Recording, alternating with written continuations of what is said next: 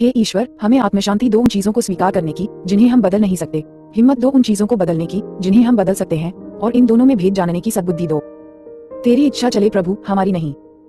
सिर्फ आज के दिन, अक्टूबर 22। देखो कौन बोल रहा है। हमारी बीमारी इतनी चतुर है कि हमें असंभव परिस्थितियों में फंसा सकती है। बेसिक टेक्स्ट, पृष्ठ 76। हम में से कुछ एक कहते हैं, मेरी बीमारी मुझसे बातें कर रही है। दूसरे कहते फिरते हैं, मेरा दिमाग दौड़ना बंद करता ही नहीं।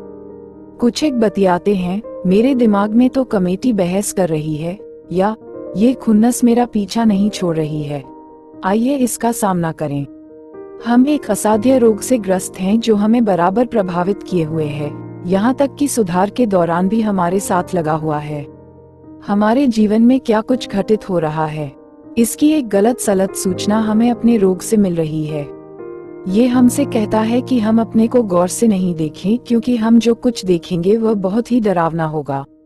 कभी तो ये कहता है कि हम अपने कर्मों के लिए अपने प्रति उत्तरदायी नहीं है, और दूसरे ही क्षण ये बताने लगता है कि हमारी दुनिया में जो कुछ भी बुरा हुआ है वह हमारी ही गलतियों की वजह से है। हमारा रोग खुद पर यकीन कराने के लिए हमें भ्रम में डालता है। एने कार्यक्रम में हमें ऐसी बहुत सी आवाजें सुनने को मिलती है जो हमारे एडिक्शन का प्रतिरोध करती है। हम इन आवाजों पर भरोसा कर सकते हैं। हम हकीकत को जांच पर रखने के लिए अपने स्पॉन्सर से बात कर सकते हैं। हम ऐसे किसी एडिक्ट की आवाज भी सुन सकते हैं जो क्लीन रहने की कोशिश कर रहा है।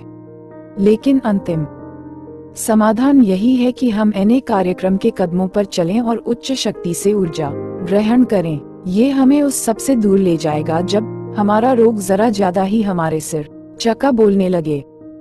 सिर्फ आज के दिन मैं अपने एडिक्शन की आवाज की उपेक्षा करूंगा।